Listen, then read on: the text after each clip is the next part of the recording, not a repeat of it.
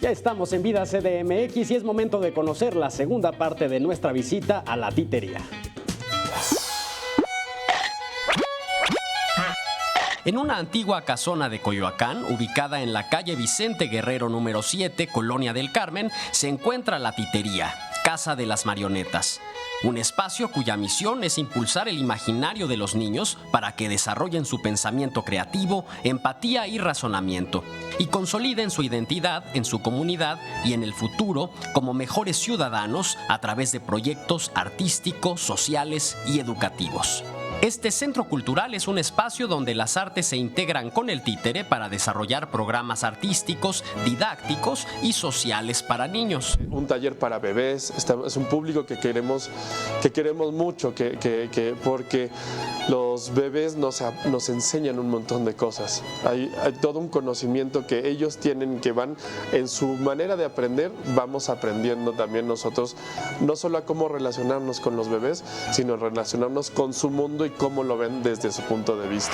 Es un lugar de encuentro para las familias donde podrán ver y explorar las artes escénicas como el teatro, títeres, danza, cine y artes visuales en diversos programas y proyectos con una programación anual y constante.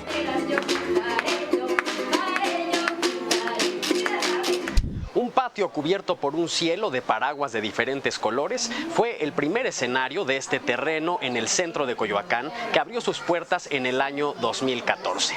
4 años después ha crecido gracias a sus continuas renovaciones y 3 reaperturas.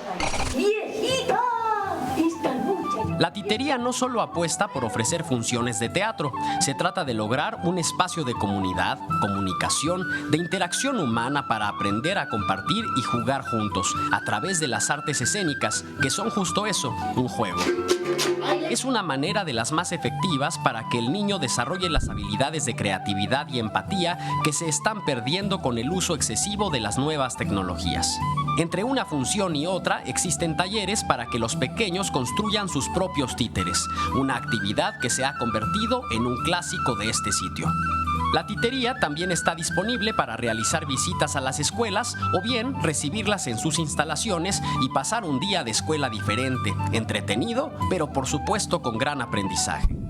Los títeres son los anfitriones de este espacio de juego y convivencia familiar que pretende apoyar a la generación de una sociedad más creativa, armoniosa e incluyente.